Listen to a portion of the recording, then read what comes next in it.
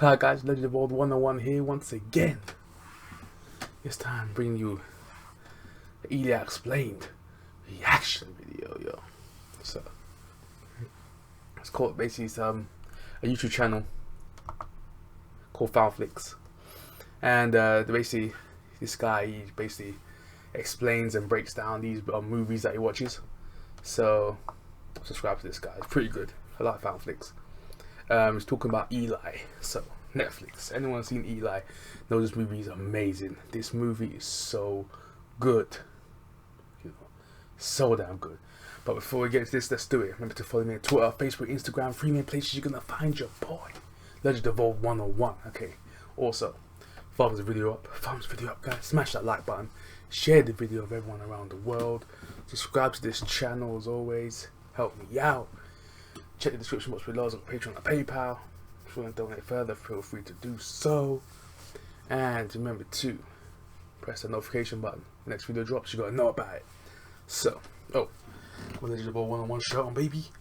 Yeah, I got more merch out there as well. So, more incoming. Just trying to get my subscriber count up. Get myself more out there. You know what I'm saying? That's what I'm trying to do first. So let's get this. So as I said before, that twist at the end was amazing. People are telling me Eli has got a great twist at the end. Go watch it. Netflix movie. I watched it. My goodness, it was a great movie. It was a great movie. So basically, it's about a family. Son, mom, dad. They go to this place because apparently he's got an illness, or immune disease.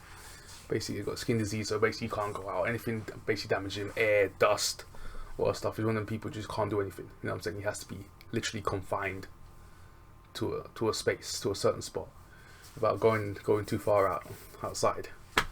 So he goes to this place.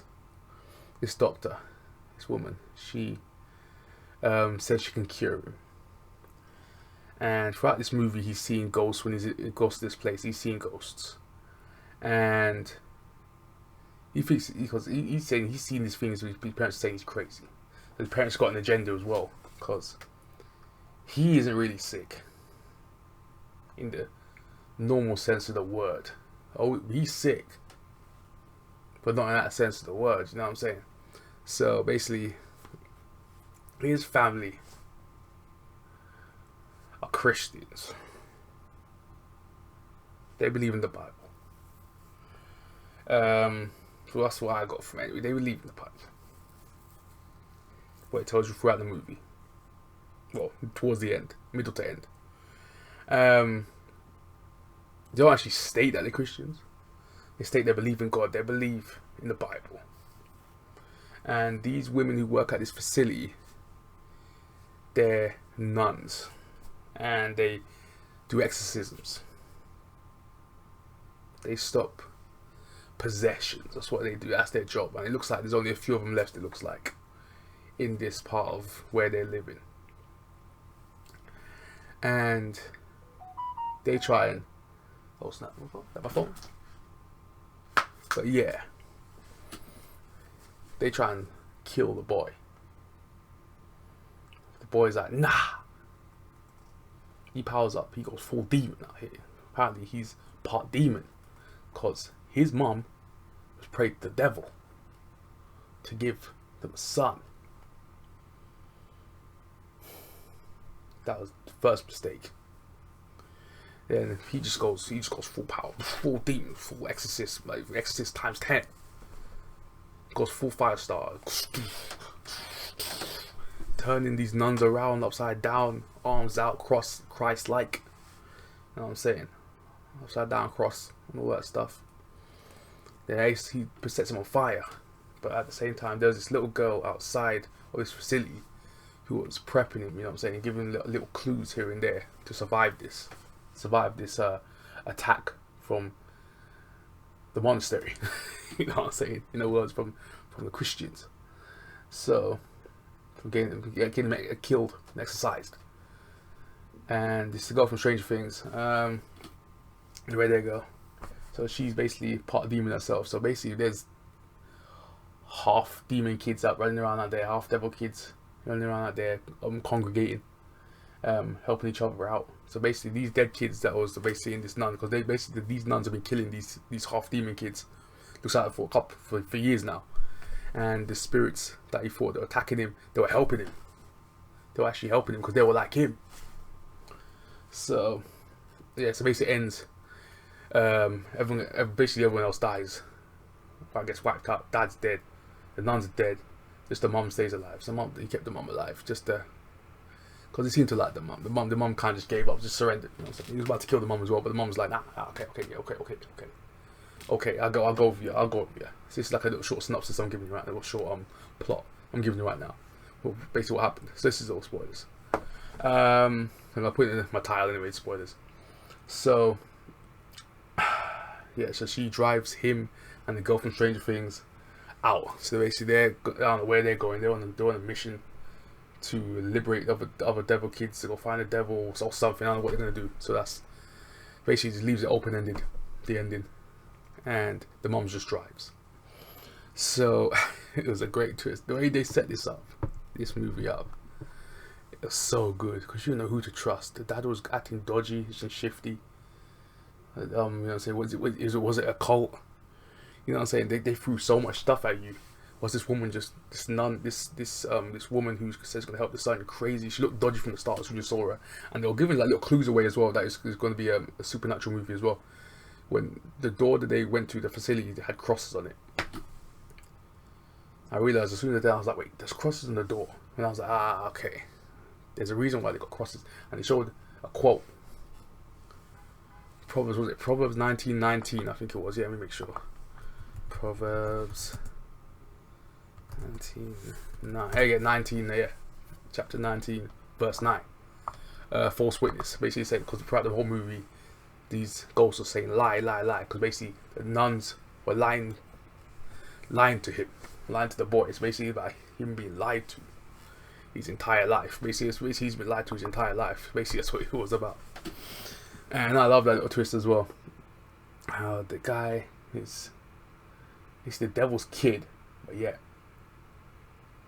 people who are trying to stop him have been labelled the villain. They kind of twisted that. So you know what I'm saying? That it was a good little difference as well. That the boy's being lied to, but yet he's got evil in him. You know what I'm saying? God, these guys are lying. Nuns. Basically, his parents lied to him for basically his entire life.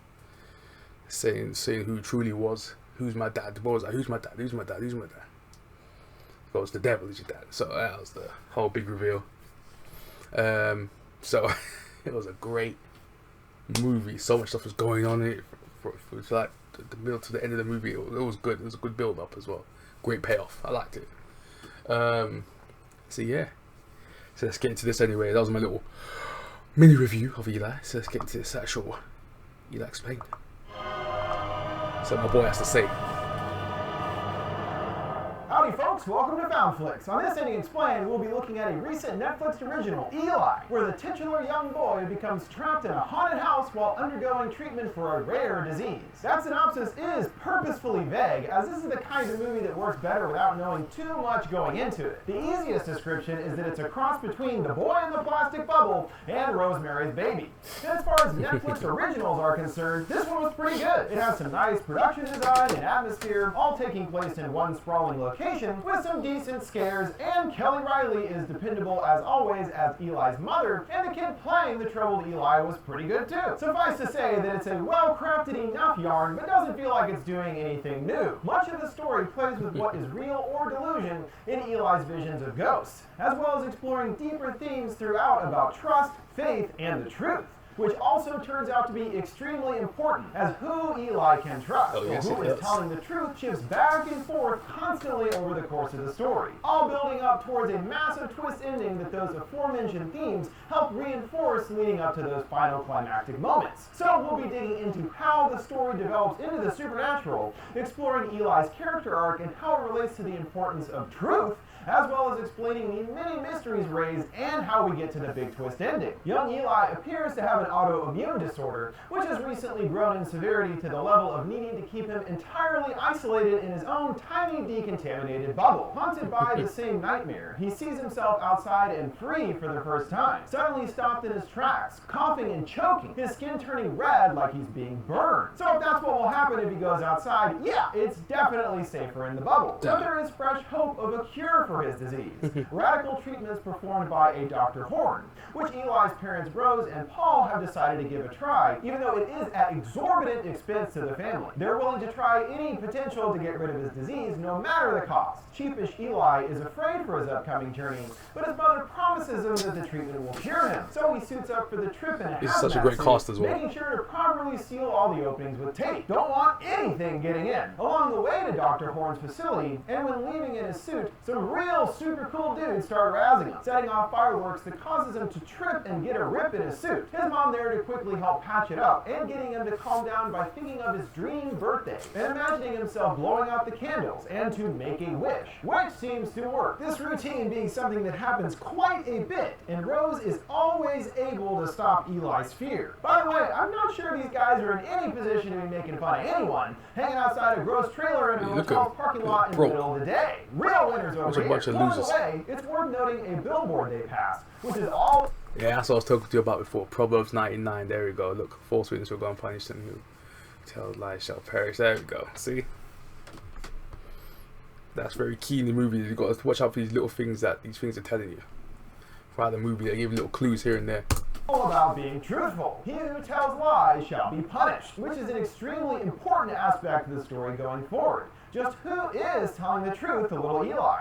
Pretty much no one, it turns out, and this is an early sign of the religious connotations to the story that frequently pop up as we come to see. Getting our first sample of this theme in the car ride. Magic-loving Eli tries to impress his mom with a card trick and correctly guess her card out of a full deck. And when pulling one out, she's like, "Oh wow, that's totally my card, how'd you do that?" Obviously lying to the boy to not let him down, but already lies have become a dominant part of Eli's life, which he doesn't understand at this point. Arriving at a fog-enshrouded giant Gothic mansion, it's much more high-tech than the exterior would lead you to believe. The doors opening to a decontamination chamber, sending Eli in first, and then warmly greeted by Dr. Horn and her two nurses. She encourages Eli to remove his suit as the entire house is decontaminated. These nuns, yo. These nuns kill me, bro. These nuns. They played that part well, especially this woman right here. Anyone seen it from the Conjuring? They know her from Ransom. She's been around for years, man. And free of all germs, but he is initially hesitant, being so used to living in his bubble to be safe. He's quite informed of his supposed disease, and Horn fills his parents in on her treatment, viral gene therapy that can correct his disease with an encoded virus. Well, that's a lot of total nonsense, but it sure sounds good. Rose is interested in just how many patients he's actually saved. Horn doesn't quite answer, only promising to make him better. Yeah, they're all dead, aren't they? Taken to his room, they have another surprise that will be quite a big deal for Eli. Purified water, so that he could safely take a shower. And after Rose says he can trust Dr. Horn, Eli finally agrees to remove his suit, which is quite an emotional experience for the boy, and his mom too, finally able to lock hands for real, rather than on separate sides of a plastic barrier. A stoic as usual Paul offers a cursory hug. Seems like it would be a bigger deal to him. Wonder what that's all about. Dismissing it as just having a lot on his mind, the subject turns back to faith, telling Paul that he has to have faith the treatment will work, and he's sternly adamant that he's always been a faithful man. Based on first impressions, it does seem that Horn is here to help little Eli, but that night the first signs appear that perhaps not all is right in her home. What looks like breath appears on his window, and then 4 finger marks appear in the fog, sending a terrified Eli to sleep in his parents' room. He later mentions it to Horn, asking if he was sleeping or awake, and he's not sure, so perhaps it was all in his mind. And this does seem to be the case, mentioning bad dreams being a side effect of the medication. There you go, it's totally normal, nothing to worry about. They begin with stage 1 out of 3 of Eli's treatment, having to leave his parents behind, taken to an operating room in another wing. He's understandably scared, wanting to know the details of the procedure, and when getting strapped into the gurney and a big hinge put on the side of his head, I can't say I blame him. She mentions her other patients being just like him with failing immune systems, and that at the core, it's the body fighting itself, unable to produce the correct stem cells cells, her programmed virus will supposedly reset his system to work correctly. Guess we'll have to see about that, won't we? On the way to losing consciousness, in the reflection of the equipment, someone appears with red eyes and burnt skin, groaning as he passes out. Our first glimpse of a full-on spirit. Either that or his hallucinations are getting worse. After another nightmare, he breathes on the window. This time in response, a rock smashes into the glass. It's local girl Haley, who we saw on the way in. She knows off the bat that he's sick since he's in here, asking if he's allergic to the outside world and never been outside, which is right on the money. And it seems that she's made friends with previous patients here before Eli. He tries to show off a card trick, but she's not impressed, showing him a real trick of lighting a twig on fire with her mind, but turns around to perform the trick, leaving Eli asking where the match was. She coyly replies a magician never reveals her secrets, and that some things you just have to figure out on your own. That's his entire journey here. He invites her inside, but she's wary of the place, feeling something off about it.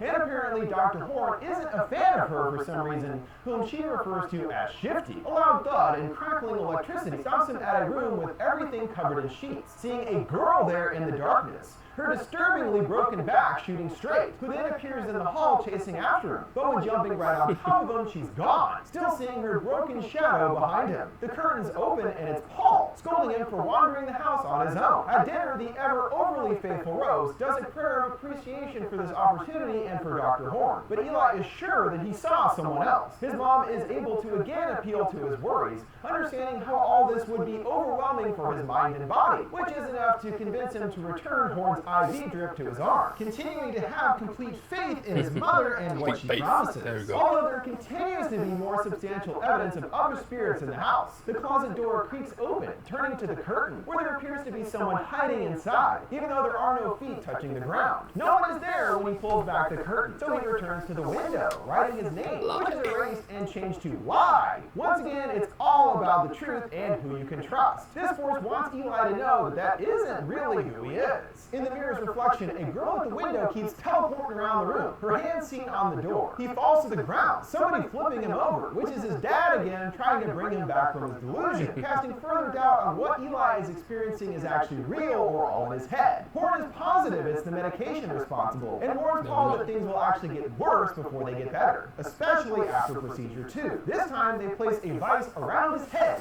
giving him another injection, his skin turning aggravated and red. Horn casually saying this is supposed to happen. They shave the back of his head, informing him they have no other choice but to penetrate, drilling right into his skull. Just relax, kid. Drill in your skull. No big deal. Get over it. Unfortunately, according to Horn, the treatment caused a reaction, and Eli is convinced that she is actually making him sicker. He wants to leave, but his dad lays out his options. Leave and stay sick forever, or stay here and get better. Well, when you put it that way. Yet the possible supernatural activity gets more severe. He convinces himself it's not real, although a shadow reaching for him proves otherwise. The door outsnuck. He takes refuge in the armoire, which is finally thrown around until toppling over. When he crawls out, the door is shattered, and lie, lie, lie scrawled repeatedly into the wood. His parents, along with Horn, bust in and assume that Eli did it, but this time it really does point more towards something else, as how could he knock the armoire over like that, let alone damage it while inside? However, no one believes him to his frustration, Horn specifically saying none of their previous patients have mentioned ghosts. Liar, liar, liar, which is quickly proven in his next conversation with Haley, who recalls a previous patient, Perry, that said he also saw ghosts despite what Horn said. Eli is shattered, as his parents had told him he could trust Horn. But Haley stopped, as his parents aren't always truthful with him either. Oh man, everyone's a liar. According to Perry, the longer he was in the house, the more active the spirits became, and she last saw him on the verge of the final procedure, which Eli is about to undergo, sounding like he's in the exact same boat as the ill-fated previous patient. The spirits returned, definitely more than one this time, as seen in the reflection. Grabbing him this time. They're visible, and drag him to the front door decontamination zone, opening the front door. Oh no, germs! The others quickly get him back inside, and when mentioning Perry, we see visible distress on Horn's face. Rose again tries to calm him down with her usual birthday routine, but it doesn't work this time. Eli grows more upset and smashing his hand in the glass, now knowing that he can't even trust his own parents. He later comes to, overhearing Paul and Horn discussing the situation, saying that he's not accepting the treatment. Paul asking if there's no other choice at this point. Rose joins them, and they quickly change the subject, making it clear that Paul and Horn have their own secret agenda that even Rose isn't aware of. They all still agree that stage stage 3 of the procedure is the only way to go, and wanting Eli to get some sleep, Rose offers to be the one to get him to take the pill. They have a tender conversation, Eli knowing that his dad doesn't believe him, but she reveals that it was Paul who found Dr. Horn in the first place.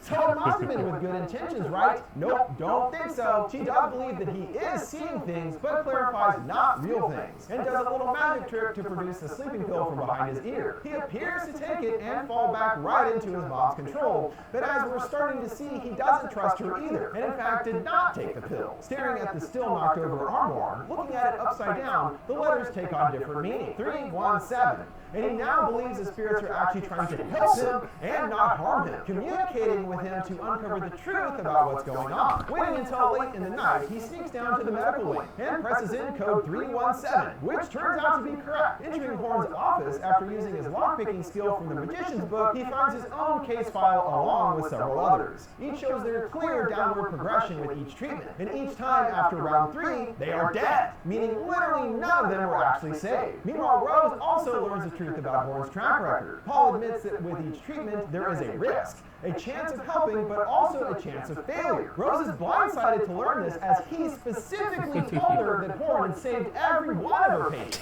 She was presented with a sure thing, but the reality turns out to be murkier. Furious he lied to her, he turns it back on her, wondering how he can blame him for anything after what she did. The argument wakes Dr. Horn, Eli nearly getting caught as she passes by. By the time he makes it to his parents' room, they're gone, screaming that they have to leave, and Rose is already packing up the car to go. But an insistent Horn is sure that she can still save him as long as Rose is by her side. More lies, always lies, everybody lying to everybody. But the blindly faithful Rose goes along with her anyway, still hopeful for any chance, no matter how small, to help Eli. While his father does feel the same way, reminiscing with the boy over time they played catch outside, considering the possibility that it could ever happen again. Although he's still working on Horn's side, this all a trick, and injects him with a sedative as Horn and the nurses emerge and snatch him up, screaming and thrashing. They're halted by a sudden loud rumble outside. Their car scene exploded. He's able to break away, hiding in another back room. They're in a photo finding the truth about who Horn really is. In the picture, we see her along with her two nurses, and they're actually nuns, meaning this whole thing is definitely a religious situation. The implication being that he is possessed with evil. Following a bug, he discovers a secret passage in a seam in the wall. Cool! This leads down to a hidden ritualistic chamber, which houses a large wooden cover with religious symbols adorning it, and a crucifix on display. Horn locks him inside, saying they have to keep him down there because he knows. But Rose doesn't want to leave him in there, seeing Eli begin to hyperventilate and his skin burn. He wakes up later completely fine,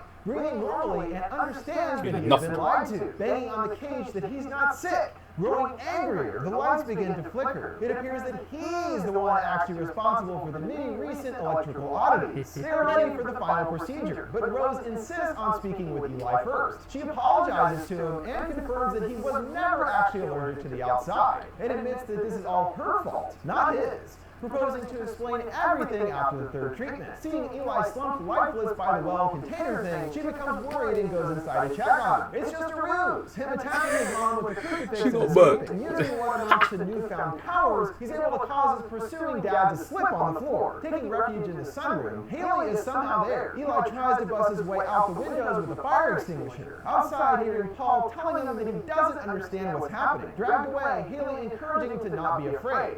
Seems like she knows a lot more about what's going on here. Rose comes to in the dungeon, sliding off the manhole cover and finding several of the children's bodies inside, which surprises her. This again makes it clear that while she did know way more than she let on to her son, there are still secrets that Paul was keeping as well. Clearly the intent is to kill Eli, never intending to actually help him. Taking a knife she finds in the basement, she confronts Horn, demanding to know why she said she could save him when the others are dead. She genuinely says that she thought she could, and says that the gene therapy would have worked if Eli wasn't so strong. Still thinking he could be saved, Rose wants to leave, and for some stupid reason trusts that Paul will help her, handing him the knife, who immediately passes it to Horn. Oh, well, yeah, you can't trust this guy. That much is clear at this point, lady. Eli becomes upset again, the lights angrily flickering as a result, presenting a book adorned with the same symbol from the manhole cover thing. Donning a religious sash, she begins to pray, sprinkling him with holy water, which burns him just like the treatments did, which we now know is what they were injecting him with and also what was in the IV. And they appear appear to be trying to it's gonna be exorcise here we go. evil from within him, telling the master of lies to be gone. All right, Satan is the master of lies, something we've seen prevalently throughout the movie. Almost at every turn, really. Can't trust nobody. Paul holds Rose back as Horn takes the dagger, hoping that it offers peace and forgiveness, going to stab Eli, but she gets stopped inches above him. Eli concentrating to hold her back and turns the knife on her. He then singes his restraints away, tumbling off the table, his pupils turning red and screaming, sending everyone and a bunch of stuff flying through the air. The nurses, finding the door sealed shut, she points a finger, turning them around and lifts them in the air, turning them upside down into reverse crucifix formation around him and his mom. Finally getting down to brass tacks about the truth, he asks what he is, Rose only saying their son. And perhaps showing this needs further clarification,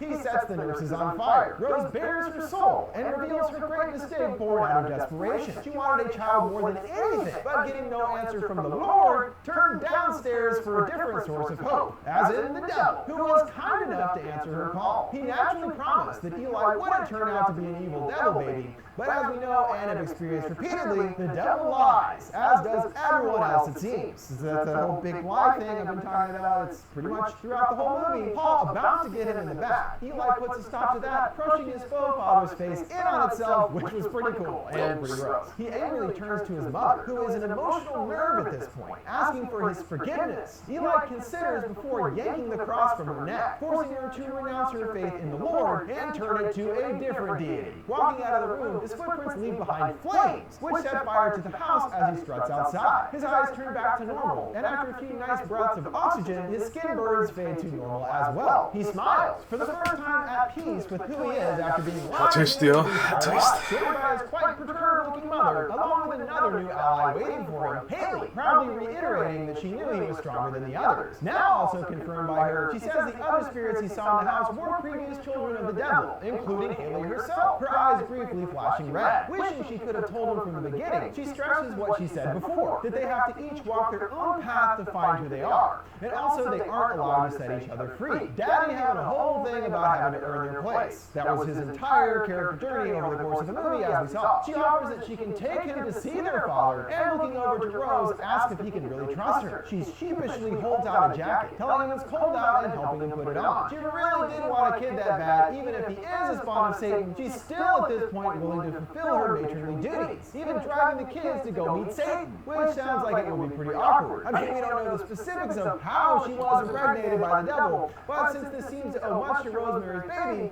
it could have been the devil himself that did the deed. In a weird way, kind of making him Rose's ex, which a reunion of would be a little more than awkward. And on a flip from the beginning of the film, a shell-shocked Rose can't get the car started. And this time, it's a newly confident Eli that calms her down, going through the same birthday routine, which works to ease her tension and get the car started. Heading off into the night, the house completely ablaze and will no doubt burn down completely. So just to clarify where everyone stood in the story, because it does change quite a bit throughout, the spirits that Eli saw were indeed real, and were those of Horn's previous patients, other devil babies just like him. And for each, the treatment led to their demise, and they actually were trying to help Eli avoid their same fates. However, when it comes to Horn, coming from a religious background, the intent is to stop evil from spreading, which is a righteous thing to do. And they do actually appear to be trying to find a way to cure these children of their evil through injections of holy water and other bullshit, which never actually seems to work. So with each patient, she ends up having no choice but to kill them and toss them in the well thing in the basement. Hey, at least they're not out in the world causing more destruction,